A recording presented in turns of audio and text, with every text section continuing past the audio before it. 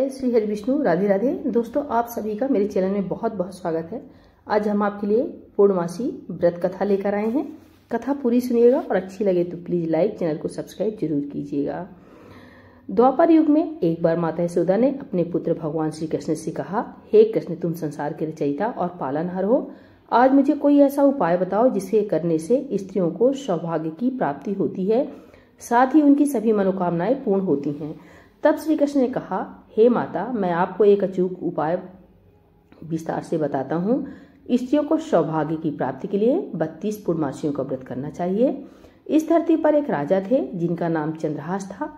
वे अनेक प्रकार के रत्नों से परिपूर्ण कातिका नाम की नगरी पर राज करते थे। उसी नगरी में एक धनेश्वर नाम का ब्राह्मण था जिसकी स्त्री अति सुशील और रूपवती थी। उस ब्राह्मण के घर में धन धान आदि की कमी नहीं थी, लेकिन उसकी कोई संतान न होने की वजह से वह दुखी रहता था। एक दिन उस नगरी में एक तपस्वी आया। वह तपस्वी उस ब्राह्मण के घर को छोड़कर सभी घरों से भिक्षा लेता और अपना पेट भरता। एक दिन तपस्वी भिक्षान्न को प्रेम पूर्वक खा रहा था कि ब्राह्मण धनेश्वर ने योगी को यह सब कार्य करते देख लिया।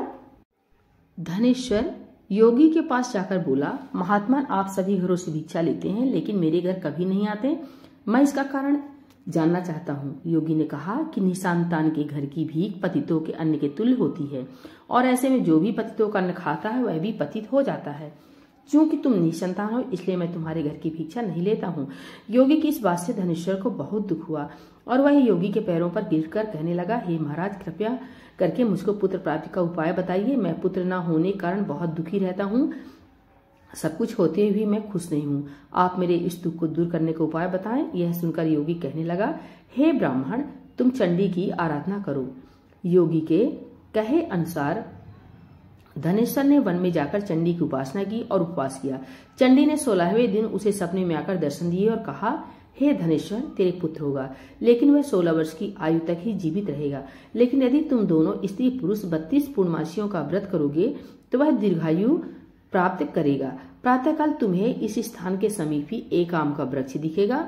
उस पर चढ़कर एक फल तोड़कर शीघ्र ही अपने घर लाना और फल अपनी स्त्री को खिला देना। ऋतु स्नान के बाद वह स्वच्छ होकर भगवान शंकर का ध्यान करके उस फल को खा लेगी। तब भगवान की कृपा से उसको गर्भ हो जाएगा।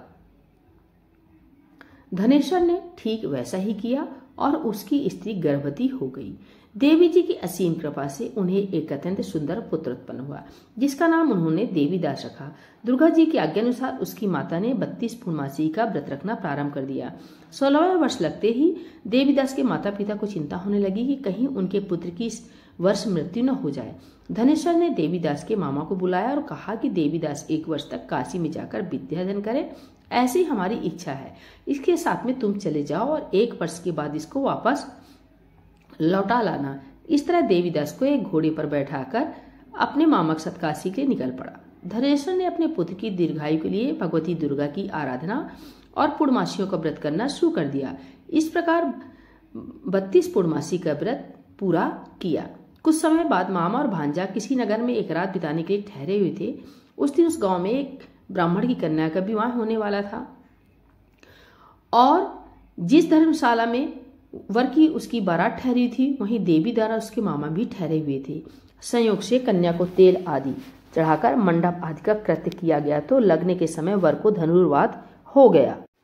तब वर के पिता की नजर देवीदास पर पड़ी और उन्होंने सोचा कि मेरे पुत्र जैसा ही सुंदर है, मैं क्यों ना उनके साथ ही कन्या का लग्न करा दूं और बाद में विवाह के अन्य कार्य मेरे लड़के के साथ हो जाएंगे। ऐसा सोचकर वर का पिता देवीदास के मामा से जाकर बोला कि तुम थोड़ी देर के लिए अपने भांजे को हमें दे दो और उसने अपनी योजना उन्हें बताई। तब उसका मामा कहने लगा कि जो कुछ भी मधुपर्क आदि कन्यादान के समय वर को मिले वह सब हमें दे दिया जाए तो मेरा भांजा इस बारात का दूल्हा बनेगा। यह बात वर के पिता ने स्वीकार कर ली और इस तरह से देवीदास का विवाह उस कन्या के साथ हो गया। पत्नी के साथ वह भोजन न कर सका और अपने मन में सोचने लगा कि न जाने कैसी स्त्री होगी। लड़के को ऐसा करना सही नहीं लगा और उसकी आंख में आंसू आ गए। तब वधू ने पूछा कि क्या बात है, आप इतने दुखी क्यों हैं? तब उसने सब बातें लड़के को बतला दी। तब कन्या कहने लगी कि अब हमारी शादी हो गई है। देव, ब्राह्मण और अग्नि के सामने मैंने आपको ही अपना पति बनाया है, इसलिए अब आप ही मेरे पति हैं। अब मैं आपकी ही पत्नी रहूंगी, किसी अन्य की नहीं। तब देवीदास ने कहा, ऐसा मत करिए, क्योंकि मेरी आयु कम है, मेरे बाद आपकी क्या गति होगी, इन बातों पर जरा विचार कर लें। परंतु वह दृढ़ विचार वाली थी, बोली कि जो आपकी गति होगी वही मेरी गति होगी। इसके बाद देवीदास और उसकी पत्नी दोनों ने भोजन किया और शेष रात्रि वे सोते रहे। प्रातःकाल देवीदास ने अपनी पत्नी को एक अंगूठी दी, एक रुमाल दिया और बोला, हे विप्रे, हे प्रिय, इसे लो और संकेत समझकर स्तरचित हो जाओ। यदि मैं जीवित रहा तो अवश्य वापस आऊंगा, वरना समझ लेना मेरी मृत्यु हो गई। प्रातःकाल जब शादी के कार्य पूरा होने के बाद सब बाराती मंडप में आए तो कन्या ने अपने पिता से कहा कि यह मेरा पति नहीं है, और पूरी बात अपने पिता को बता दी। बारात वापस चली गई। इस प्रकार देवीदास काशी चला गया। कुछ समय बाद काल से प्रेरित होकर एक सर्प रात्रि के समय देवीदास को डसने के लिए वहां पर आया, परंतु व्रत के प्रभाव से उसको काट न सका, क्योंकि पहले ही उसकी माता ने 32 पूर्णिमा का व्रत कर लिया था। इसके बाद मध्याह्न के समय स्वयं काल वहां आकर देवीदास के शरीर से उसके प्राणों को निकालने का प्रयत्न करने लगा, जिससे वह मूर्छित होकर पृथ्वी पर गिर पड़ा। उसी समय पार्वती जी ने श्री शंकर जी वहां पर आ गए। उनको मूर्छित दशा में देखकर पार्वती जी ने भगवान शंकर से कहा, हे महाराज, ये वही बालक है जिसकी माता ने 32 पूर्णिमा का व्रत किया था, जिसके प्रभाव से इसका मृत्यु दोष कट गया। भवानी के कहने पर भगवान शिव जी ने उसको प्राणदान दे दिया। उधर उसकी स्त्री प्रतीक्षा कर रही थी। जब 16वां वर्ष व्यतीत हो गया तो देवीदास भी अपने मामा के साथ काशी से चल दिया और वो कुछ दिन बाद अपनी पत्नी के घर पहुंच गया। लड़की के पिता ने खूब धन के साथ अपनी पुत्री को उसके साथ विदा किया। श्री कृष्ण भगवान कहने लगे कि इस प्रकार धनेश्वर द्वारा 32 पूर्णिमाओं का व्रत रखने से उसकी पुत्र को लंबी आयु की प्राप्त हुई है। अतः जो भी स्त्रियां ये व्रत को करती हैं वे जन्म जन्मांतर में वैधव्य का दुख नहीं भोगती और सदैव सौभाग्यवती रहती हैं। यह व्रत पुत्र पौत्रों को देने वाला तथा संपूर्ण मनोकामनाओं को पूर्ण करने वाला माना गया है। बोलिए भगवान विष्णु की जय, भोलेनाथ भगवान की जय, माता गौरी की जय। पूर्णमासी व्रत कथा।